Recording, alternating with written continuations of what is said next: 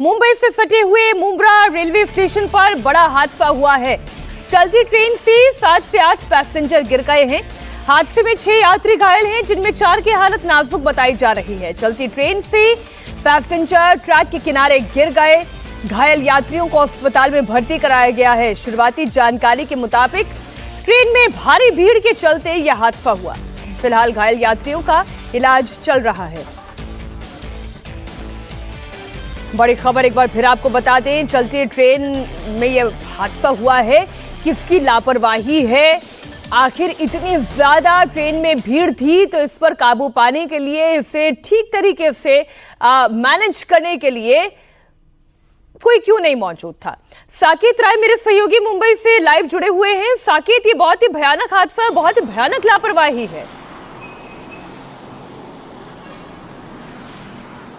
बिल्कुल मीनाक्षी, देखिए इस पूरे घटनाक्रम में जो प्राथमिक जानकारी निकलकर सामने आ रही है, उसमें बताया जा रहा है कि मुंब्रा रेलवे स्टेशन, जो कि लोकल ट्रैक के लिए बना हुआ है, वहां से लोकल ट्रेन गुजर रही थी। सुबह कसारा फास्ट ट्रेन वहां से गुजर रही थी और उसी दरमियान वहां से एक पुष्पक एक्सप्रेस ट्रेन भी गुजर रही थी। इस दौरान अगर आप देखें तो लोकल ट्रेन में सुबह के समय पीक आवर्स होने की वजह से काफ़ी ज़्यादा भीड़ होती है और उस वक्त लोकल ट्रेन में भी काफ़ी ज़्यादा भीड़ थी। जब ये दोनों ट्रेन क्रॉसिंग के समय पास में गुजरी, तो दोनों की रफ्तार तेज़ होने की वजह से जो प्रेशर बना, जो दबाव बना, उसकी वजह से मुंब्रा रेलवे ट्रैक पर कई यात्रियों के गिरने की प्राथमिक जानकारी सामने आई, जिसमें अब थाने म्यूनिसिपल हॉस्पिटल की तरफ से ये जानकारी निकलकर सामने आ रही है कि एक यात्री की मौत हो चुकी है और उसके अलावा अन्य 9 यात्री गंभीर रूप से घायल हैं।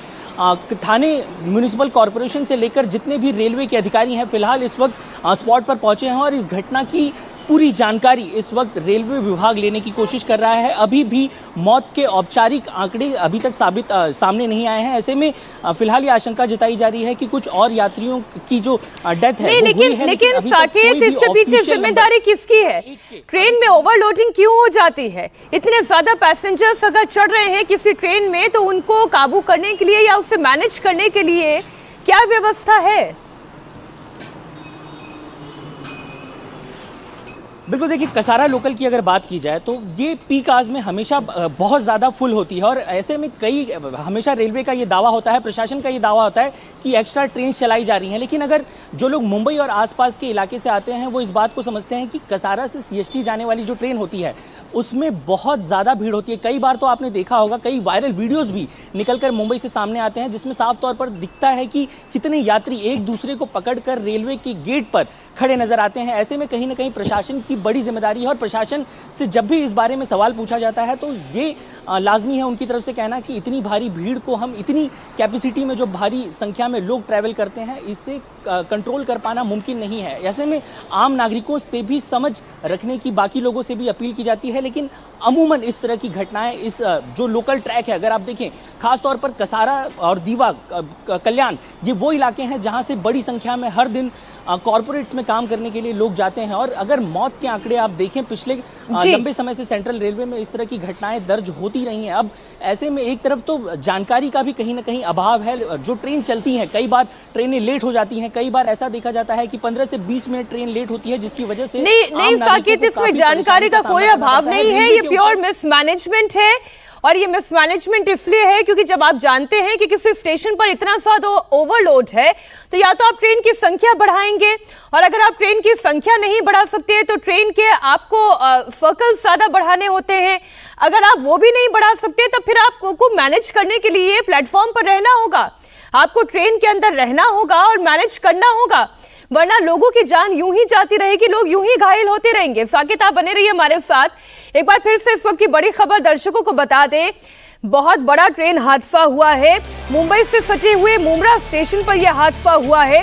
चलती ट्रेन से 7 से 8 पैसेंजर गिर गए हैं और इस हादसे में 6 यात्री घायल हुए हैं, जिनमें से 4 की हालत नाजुक है। चलती ट्रेन से पैसेंजर ट्रैक के किनारे गिर गए। घायल यात्रियों को अस्पताल में भर्ती कराया गया है। शुरुआती जानकारी के मुताबिक ट्रेन में भारी भीड़ के चलते यह हादसा हुआ। फिलहाल घायल यात्रियों का इलाज किया जा रहा है। एक की मौत हो गई है इस दुखद हादसे में। आपण क्रॉस करू नका, अशा प्रकारची जी माहिती आहे किंवा अशा प्रकारची जी विनंती आहे, आपण वारंवार सर्व प्रवाशांना स्टेशनच्या पब्लिक अनाउन्समेंट सिस्टमच्या माध्यमातून देखील करत आहोत। पण कार्यालयासंदर्भात ज्या सूचना तुम्ही दिल्या होत्या, म्हणजे 10:30 असेल, 10 असेल, 11 असेल, काही कार्यालयांकडनं सूचना आल्या की याच्यामध्ये ज्या आपण स्टॅगर्ड टायमिंगची गोष्ट करतोय त्याच्यामध्ये साधारणपणे आपल्याला आतापर्यंत 41 कार्यालयांनी मदतीचा हात दर्शवलेला आहे, मदत आपल्याला केलेली आहे.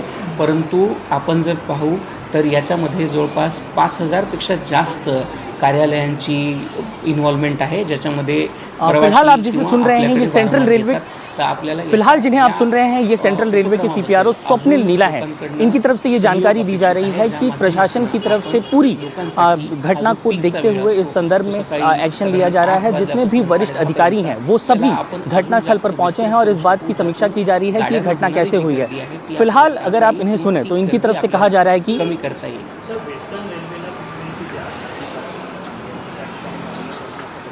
उनसे सवाल पूछा गया था कि इतनी बड़ी संख्या में जो क्राउड होता है, क्राउड मैनेजमेंट को लेकर इतनी परेशानियां क्यों सेंट्रल रेलवे को देखनी पड़ती है, जिस पर स्वप्निल नीला का जवाब है कि कसारा से लेकर सीएसटी जाने वाली ट्रेन की संख्याओं में बढ़ोतरी की जा रही है और उसे बढ़ाया जा रहा है, लेकिन उसके बावजूद इस तरह की घटनाएं हो रही हैं और इस पर रेलवे फिलहाल काम कर रहा है.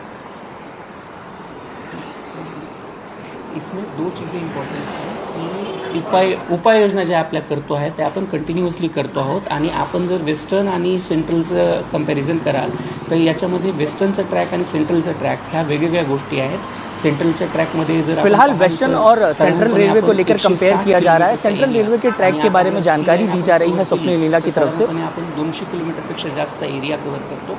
याच्यामध्ये ट्रेनची फ्रिक्वेन्सी जर मध्य रेल्वेची पाहाल तर 1810ची ट्रेनची फ्रिक्वेन्सी आहे. यासोबतच आपल्याकडच्या ट्रॅकमध्ये कर्वेचर्स, त्याच्यानंतर ब्रिजेस सोबतच इस रेलवे ट्रैक पर 18 से 20 अलग अलग ट्रैक्स हैं जिस पर फ्रीक्वेंसी लगातार ट्रेन की ज्यादा है. उसके बावजूद बढ़ी हुई संख्या को लेकर कहीं ना कहीं स्वप्निल नीला की तरफ से जानकारी दे रहे हैं, क्या कह रहे हैं, किस तरह से रेलवे. ठीक एक तो आप ये बताएं कि वो क्या जानकारी दे रहे हैं और जितनी बात में उनकी समझ पाए उसका अर्थ तो मुझे यही लग रहा है कि ट्रेन की संख्या भी बहुत है लेकिन जनता का दबाव भी बहुत ज्यादा है. केवल ये कह के जिम्मेदारी से तो पल्ला नहीं झाड़ा जा सकता. एक व्यक्ति की जान चली गई है, इतने घायल हो गए हैं. अगर इसी तरीके से जनता का दबाव ही कारण कहकर अपनी जिम्मेदारी से पल्ला झाड़ते रहेंगे तो आने वाले दिनों में और बड़े हादसे हो सकते हैं. निराकरण क्या है, सोल्यूशन क्या है? बिल्कुल मीनाक्षी, देखिए मीनाक्षी, जो बात सेंट्रल रेलवे की तरफ से फिलहाल औपचारिक तौर से कही जा रही थी, इन टेक्निकल शब्दों का ये प्रयोग कर रहे हैं. टेक्निकल शब्दों का प्रयोग करके अमूमन इस तरह की जब घटनाएं होती हैं तो रेलवे बचने की कोशिश करता है और फिलहाल ये घटना भी कहीं ना कहीं इसी प्रकार से देखने को मिल रही है कि इनमें जितने भी टेक्निकल टर्म्स हैं सभी बताकर ये बताने की कोशिश की जा रही है कि रेलवे की तरफ से पूरा काम किया गया है, लेकिन आम नागरिकों की ही गलती है कि उनकी ज़्यादा भीड़ होने की वजह से इस तरह की घटनाएं होती हैं. कहीं ना कहीं इस बार भी इस पूरे घटना के बाद पल्ला झाड़ने की कोशिश है. अगर आप देखें तो जिस तरह की घटनाएं होती हैं अमूमन इस पर हर साल एक आरटीआई निकलती है जिसमें रेलवे हादसे में कितने लोगों की मृत्यु हुई है इसको लेकर एक आंकड़े सामने आते हैं और हर बार इस पर सवाल खड़े होते हैं. आप देखिए सेंट्रल रेलवे हर बार ये बात कहकर बचता हुआ नजर आता है कि वेस्टर्न रेलवे और सेंट्रल रेलवे अभी भी भीड़ बहुत ज्यादा थी. भीड़ के ऊपर इस जिम्मेदारी डाल देना, हाँ ठीक है, लोगों की गलती है. समय अपना बचाने के लिए कोई अगर ओवरलोड ट्रेन में चढ़ जा रहा है तो इसमें उसकी गलती है, लेकिन जिम्मेदारी रेल प्रशासन की सबसे बड़ी है कि वो लोगों को ऐसी सुविधा मुहैया नहीं करा पा रहे जहां पर उन्हें अपनी जान से ना खेलना पड़े. बहुत शुक्रिया साकेत आपका पूरी जानकारी के लिए. बड़ी खबर आपको बता दें, सोनम रघुवंशी की गिरफ्तारी पर यूपी पुलिस का भी बयान सामने आ चुका है. यूपी के ADG law and order Amitabh Yash ने कहा कि गाजीपुर के एक ढाबे पर जब सोनम मिली तो इंदौर पुलिस ने यूपी पुलिस से संपर्क किया. मेघालय पुलिस गाजीपुर पहुंच रही है और कानूनी कार्रवाई के बाद सोनम को मेघालय पुलिस को हैंडओवर कर दिया जाएगा. यूपी पुलिस ने सोनम रघुवंशी से कोई पूछताछ नहीं की है. ने सुबह लगभग 3 बजे अपने परिजनों को फ़ोन किया और बताया कि वो बनारस गाजीपुर मुख्य मार्ग पर स्थित काशी ढाबे पर मौजूद हैं. ये जानकारी सोनम रघुवंशी के परिजनों ने इंदौर पुलिस को दी और इंदौर पुलिस ने यूपी पुलिस से संपर्क किया. इस जानकारी पर गाजीपुर पुलिस ने सोनम रघुवंशी को बरामद किया और उन्हें तत्काल हॉस्पिटल ले गए जहां उनकी मेडिकल जांच की गई. उसके बाद वन स्टॉप सेंटर पर सोनम रघुवंशी को भेजा गया है. मेघालय पुलिस भी इंदौर में मौजूद थी इसी केस के इन्वेस्टिगेशन के तहत और वो इस समय गाज़ीपुर के रास्ते में है। जैसे ही वो वहाँ पहुँचते हैं, कानूनी प्रक्रिया पूर्ण कर सोनम रघुवंशी को उन्हें हैंडओवर कर दिया जाएगा। यूपी पुलिस ने कोई इन्वेस्टिगेशन या इंट्रोगेशन नहीं किया है, ये काम मेघालय पुलिस द्वारा ही किया जाएगा। सबके मन में एक ही सवाल है, क्या सोनम ने ही अपने पति राजा रघुवंशी का मर्डर कराया है? क्या सोनम रघुवंशी अपने पति की हत्या की सुपारी दे रही थी? क्या सोनम रघुवंशी ही बेवफा है? पुलिस ने एक आरोपी को उत्तर प्रदेश से गिरफ्तार किया है, जबकि 2 आरोपियों की गिरफ्तारी मध्य प्रदेश के इंदौर से हुई है, जहां के राजा और सोनम रहने वाले हैं। पुलिस के मुताबिक शुरुआती पूछताछ में आरोपियों ने बताया कि सोनम ने ही राजा रघुवंशी को मारने की सुपारी दी थी।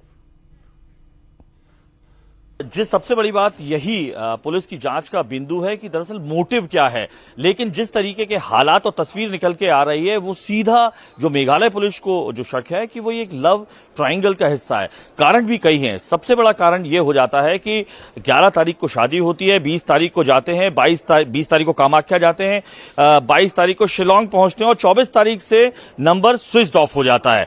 और जब 8 तारीख को एक गाइड मिलता है, वो बताता है कि दरअसल सोनम और राजा रघुवंशी ऐसे इलाके में जहां सिर्फ खासी भाषा का उपयोग किया जाता है और अंग्रेजी भाषा का प्रयोग किया जाता है, वहां पर 3 और लोग इन्हीं के ट्रूप में शामिल होते हैं और इनके साथ पहाड़ी चढ़ते हुए जाते हैं। सबसे पहला पुलिस का शक यही गया कि जब ये दोनों अकेले पर्यटक बनकर आए थे तो इनके साथ 3 ऐसे हिंदी भाषी लोग और कौन थे। दूसरी बात, जहां पर डेड बॉडी मिली उसको एक चाकू से उससे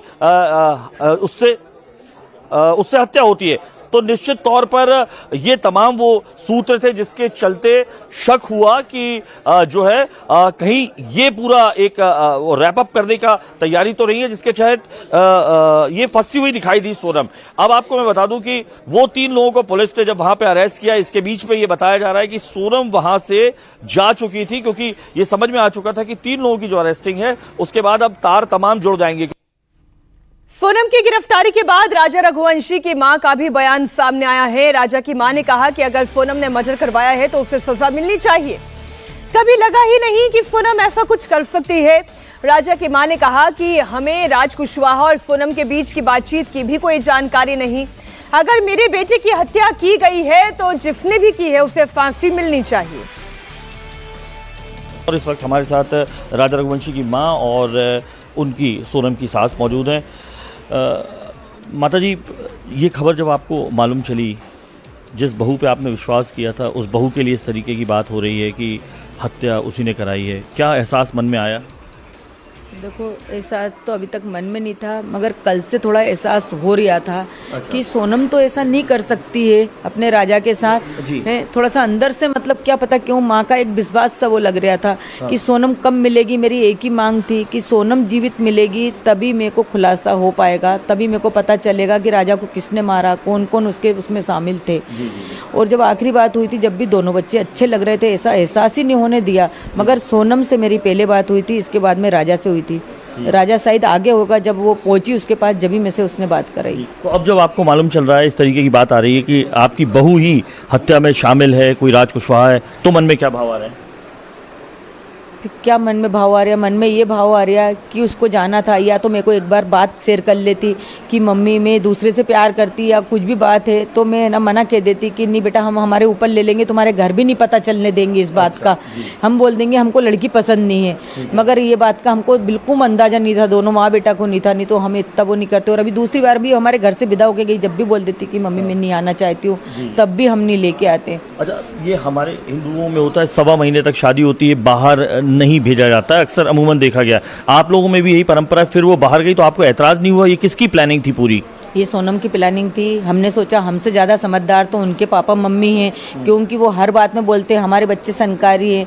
क्योंकि हमने ऐसा नहीं बोला गया उनको कि बच्चे हमारे वो हैं, बोले हमारे बच्चे तो हमारी एक एक बात सुनते हैं। बोले कि हम यहाँ बोलते कि नहीं बच्चा ऐसा नहीं करना, तो वो बोलते हाँ मम्मा ऐसा नहीं करना, पापा ऐसा नहीं करना है। तो हमने कहा इनके घर में इतना दबाव है तो ये आगे जाने नहीं देंगे। और जब है ना अपना बच्चे ने बोला 2 दिन पहले कि मम्मी वो सोनम ने टिकट करा ली मेरी। अच्छा, ये सोनम ने ही टिकट कराई थी, प्लान भी उसी ने बना लिया था? प्लान उसका ही। अच्छा, तो आपने ऐतराज नहीं किया कि 1.25 महीने नहीं जाते हैं? नहीं, मैंने सोचा कि उनके मम्मी पापा के घर से गई है तो उनको बोलना था ना। हाँ। ये तो राजा ने क्या बताया आपको? राजा ने यही बोला मम्मी अब टिकट हो गई, अब क्या करूं मैं?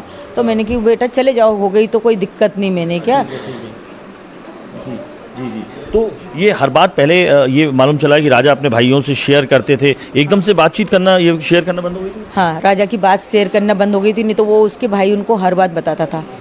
तो आपको कहीं भी उनके व्यवहार से ऐसा नहीं लगा सोनम के कि उसके मन में कुछ पल रहा है या चल रहा है, ऐसा कुछ भी? नहीं, उसके व्यवहार से तो ऐसा कुछ भी नहीं लगा। तो राजी खुशी था, बिल्कुल शादी हुई थी जब, बिल्कुल राजी खुशी। खुशी तो दोनों खुश भी दिख रहे थे बहुत। हाँ। मगर फिर ऐसा एकदम कैसा मोड़ आया ये नहीं कह सकती मैं। शादी के बाद ही हुआ जो कुछ हुआ, वो शादी के बाद ही हुआ। शादी के अब बाद। किसी राजा कुशवाहा नाम के लड़के की बात आ रही है, आपने सुना या कोई ऐसी जानकारी? नहीं नहीं, मैंने नहीं सुना। और आई है तो उसने दबाव डाला हो सोनम के ऊपर। जी। अब उनके जो पिता है सोनम के, वो कह रहे हैं इस मामले की सीबीआई जांच होनी चाहिए। हाँ, तो सीबीआई जांच बिठा दो, कोई दिक्कत नहीं, अपन को तो कोई प्रॉब्लम नहीं। जी जी। कोई प्रॉब्लम नहीं। अगर आपके बच्चे की जिस तरीके से दुर्दांत हत्या की है, शव आपके सुना होगा, एक माँ है आप, सोनम से क्या कहना चाहेंगी अगर वो मिलेगी, या क्या? सोनम से यही कहना चाहूंगी कि सोनम वो तेरे भरोसे गया था, हैं? तू उसको लेके गई थी, वो तेरे को लेके नहीं गया था, तो तूने उसको बीच रास्ता में कैसे छोड़ के आई? पहली बात तो मेरा सवाल यही उठता है। मेरा बच्चे को हमने विश्वास करा, मैंने विश्वास करा, एक माँ का विश्वास तो देखते। तुम माँ के दरबार पे गई थी तो तुमने विजासन क्यों उतारी? पहले तो अपने गले में से हैं, तुमने विजासन क्यों उतारी? तुम क्या चाहती थी, क्यों उतारी? रक्षा तो वही करती है ना तुम्हारी। मेरे उतार के कहाँ रख ली थी उन्होंने सूटकेस में रख गई। तो ये आपको इससे नहीं लगा? आपको अब जो चीजें दिख रही हैं, एक के बाद एक, फोटो नहीं खिंचाना, बिना आप लोगों की परमिशन के ले आना, अब आपको लगता है कि प्लान था उसका? वो क्या हुआ कि वो विजासन अपन को कब पता चली? वहाँ की पुलिस ने मतलब सूटकेस खोले ना, सूटकेस खोले जब वो डब्बे में मिली ना, तब बताया। अगर विपिन ने, मैंने बोला मम्मी उसकी विजासन तो उसमें रखी, तुम तो बोलती 100 महीना नहीं उतरती है यूं। अब आप क्या सजा चाहती हैं उसके लिए? जिस तरीके से जिसने भी राजा के साथ गलत करा उनको फांसी मिलना चाहिए। 3 जने हो, 4 जने हो, 5 जने हो, उनकी जो भी टीम हो, उनकी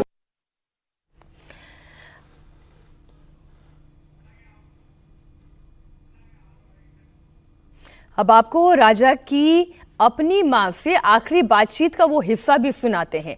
आखिरी कॉल मर्डर की कड़ी अब खोलेगा, आप सुनिए। हेलो। हाँ, उतर है।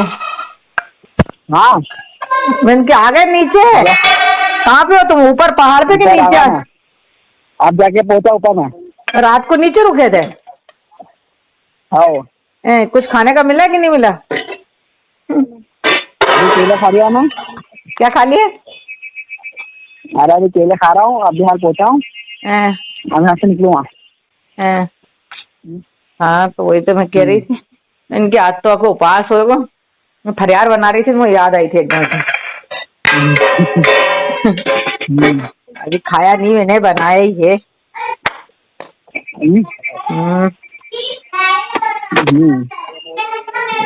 ओ, खा लो। क्या झरना देखने गया? ऊपर क्या देखने गया? ऊपर क्या देखने गया? ऊपर क्या देखने गया?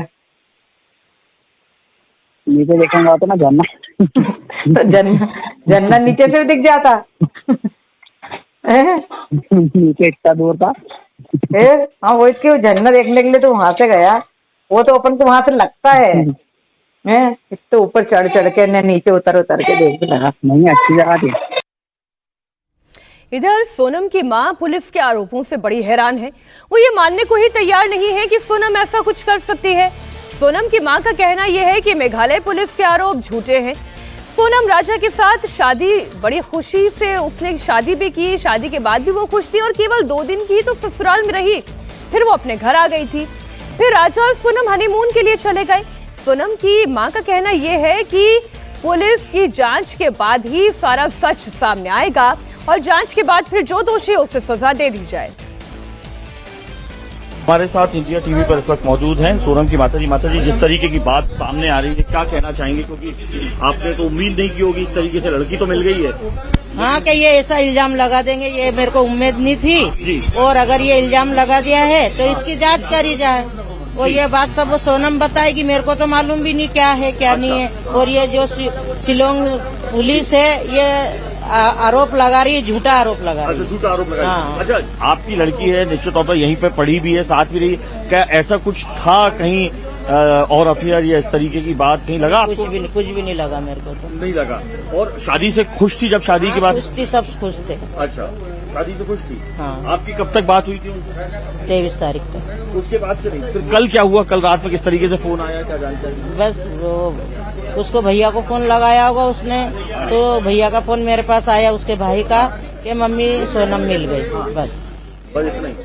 तो अब जिस तरीके की बात आप सुन रहे हो, लगातार मीडिया भी है यहाँ पर कि सब गलत है, वो पूरा गलत बोल रहे हैं। तो अब क्या कहना चाहेंगे? अभी आपकी सीबीआई जांच की मांग रहेगी? हाँ, जांच होगी जब भी सब पता पड़ेगा। जो है दोषी उसको दोष मिलेगा, दोष अच्छा हो जांच और सबकी जांच करके और सबको जो भी हो दोषी उसको सजा मिले। आप बिल्कुल मानने को तैयार नहीं? हाँ। क्योंकि अब आप सुन रही हैं कि नहीं, ये इस तरीके से कि 3 लोग यहाँ से गए, हिंदी में बात, यहाँ के होंगे तो उनको भी सजा मिलेगी। हाँ, हाँ। जो यहाँ के हो वहाँ के हो, जो जांच होगी जो सजा मिल जाएगी सबको। अच्छा, लेकिन आपको नहीं लग रहा है कहीं से भी लड़की का कोई दोष है? नहीं है मेरे को। अच्छा, ससुराल वाले कैसे बिहेवियर कर रहे हैं? सब 2 दिन में उसने क्या करा, 2 दिन में अच्छे थे वो तो, सब अच्छे लोग गए, उसकी सास सब। 2 दिन क्यों? 11 तारीख को शादी हुई, कितने दिन? तो 3 दिन रही, तीसरे दिन लेके आ गए। अच्छा, आप लोग? हाँ, उसके बाद गए फिर? हाँ, इसके बाद गए। तो अब क्या कहना चाह रही हैं आप? ये तो दिया, कितनी बार बोलूं, अब क्या बोलना आप मेरे को? बोल दिया, सरकार से ये उम्मीद है अब की ये जांच करके और ये झूठा इल्जाम जो लगा रहा है इसको सही करें। अनुराग अमिताभ हमारे सहयोगी इस वक्त इंदौर से ही लाइव जुड़े हुए हैं। अनुराग, दोनों पक्षों के बयान हमने सुने। जो राजा रघुवंशी की मां कह रही है उनकी बात में भी सच्चाई है कि जब सारी प्लानिंग ही सोनम ने की थी तो एक शक तो पैदा होता है कि इसके पीछे सोनम का ही हाथ हो सकता है।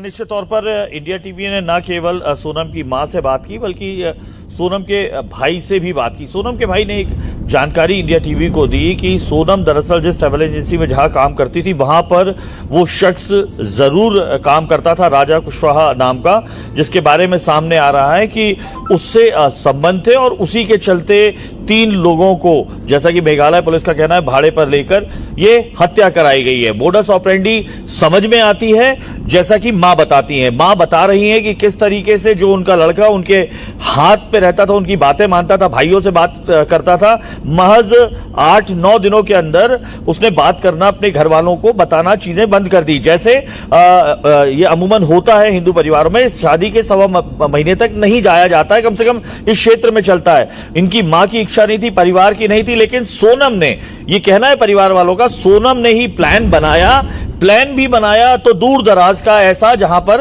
उनके घर वालों का कहना है जहां जंगलात हैं, भीड़ भाड़ कम रहती है।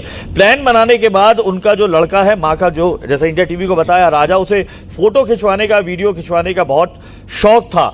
फोटो राजा ने, आखिरी फोटो जो डाली वो डाली एयरपोर्ट से, और एयरपोर्ट से उस फोटो से उनकी मां ने देखा कि उनका बेटा, जो उनकी हमेशा आज्ञा मानता था, बिना उनके कहे चेन और अंगूठी तक उनकी मां ने उतरवा ली थी कि तुम बाहर जा रहे हो तो चेन पहन के मत जाना, जो मां को अमूमन घबराहट होती है। बावजूद सोनम ने खुद प्रेशर देकर वो चेन पहनवाई, और वो शख्स जो फोटो का बहुत शौकीन था, रील्स बनाने का शौकीन था, वो जब जाता है, 20 तारीख को कामाख्या के दर्शन हो जाते हैं, 22 तारीख को वो शिलोंग पहुंचता है, तब से लेकर अब तक फोटोज और वीडियो नहीं आते। मां को संदेह भी हुआ कि बहू आजकल इंस्टाग्राम और फेसबुक में जिस तरीके से फोटोज डालते हैं, क्यों नहीं डाले, क्यों ऐसा प्रेरित किया उसके लड़के को, 1.25 महीने नहीं जाने के बावजूद, कहीं जाते हैं शादी के बाद, क्यों बच्चे पे प्रेशर डाला और उसको शिलोंग ले गए। दूसरी बात, आपने सुना होगा उनकी मां एक बीजा सेन माता की बात कर रही हैं। बीजा सेन रघुवंशी जो समाज में मुझे लगता है परंपरा है उनके यहाँ की, बीजा सेन माता जो होती हैं, उनकी मूर्ति गले में पहनी हुई थी वो खुद राजा की मां ने बताया हमें कि राजा की वो डेड बॉडी जब मिली तो जो सूटकेस मिला, उस सूटकेस में वो बीजा सेन माता की फोटो भी थी। यानी उनको पूरी तरीके से यकीन है, बोल नहीं पा रहे हैं कि जिस बहू के सहारे उन्होंने अपने लड़के को, और अगर सीबीआई जांच इस पूरे मामले में होती है तो सारी कड़ियां सुलझ जाएंगी और सच सामने आ जाएगा कि क्या वाकई में सोनम ही बेवफा थी। बहुत शुक्रिया आपका पूरी जानकारी के लिए अनुराग।